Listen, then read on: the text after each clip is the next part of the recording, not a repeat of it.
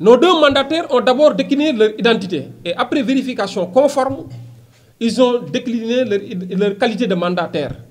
Et après vérification également, le policier les a laissés entrer à l'intérieur de la préfecture. Sur ce, moi, en tant que candidat, président de la délégation, je me suis retiré pour faire une déclaration dont vous, journalistes, vous êtes témoins parce que cette déclaration a été faite en direct sur les réseaux sociaux et dans les chaînes publiques et privées. Par la suite, à 22h54, nous nous sommes retirés pour rentrer parce qu'effectivement, les mandataires étaient restés à l'intérieur et l'huissier même a constaté qu'après notre départ, il est resté pendant 4 minutes, donc pour avoir quitté, ou voire 6 minutes pour avoir quitté à 23h. Le lendemain 4, grande a été notre surprise lorsqu'on a appelé nos mandataires pour s'enquérir de leur situation. Grande a été notre surprise d'apprendre à le 4, c'est-à-dire aujourd'hui, entre 11h30 et 12h, que nos mandataires n'avaient pas toujours déposé.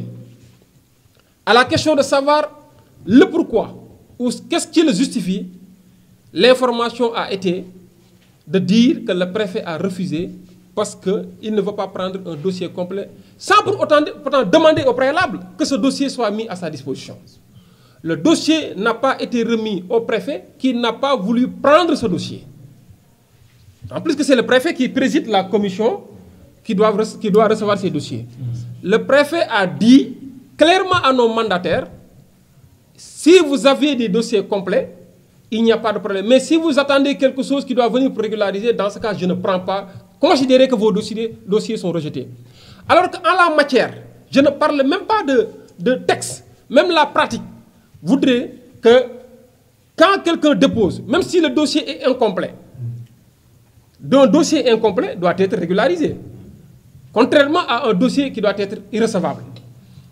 Même si le dossier est incomplet, ce qui n'est pas le cas pour notre coalition. Parce que nous avons un dossier complet, avec toutes les listes qui sont pourvues de noms, en respectant le principe de parité. Mais ce que nous demandons, c'est le respect de la loi, sans discrimination aucune. L'égalité de tout le monde devant la loi, sans discrimination.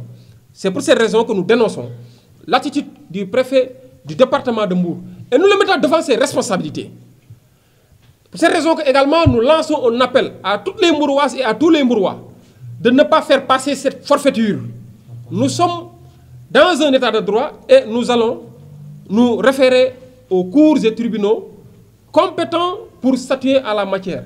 Et cette matière relève de la compétence de la cour d'appel de Thiès, parce que c'est la cour d'appel de ressort.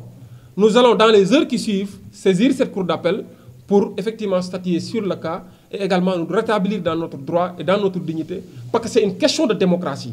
Je pense que le régime en place ne peut pas, malgré toutes les luttes enclenchées jusqu'ici, les sacrifices consentis par nos vaillants citoyens, nos pères et nos grands-pères, que tout cela soit annihilé ou anéanti par des appétits démesurés d'un pouvoir en place qui veut s'éternuer, et ça c'est inacceptable.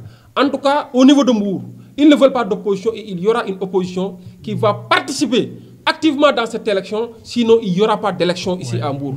Je vous remercie de votre attention.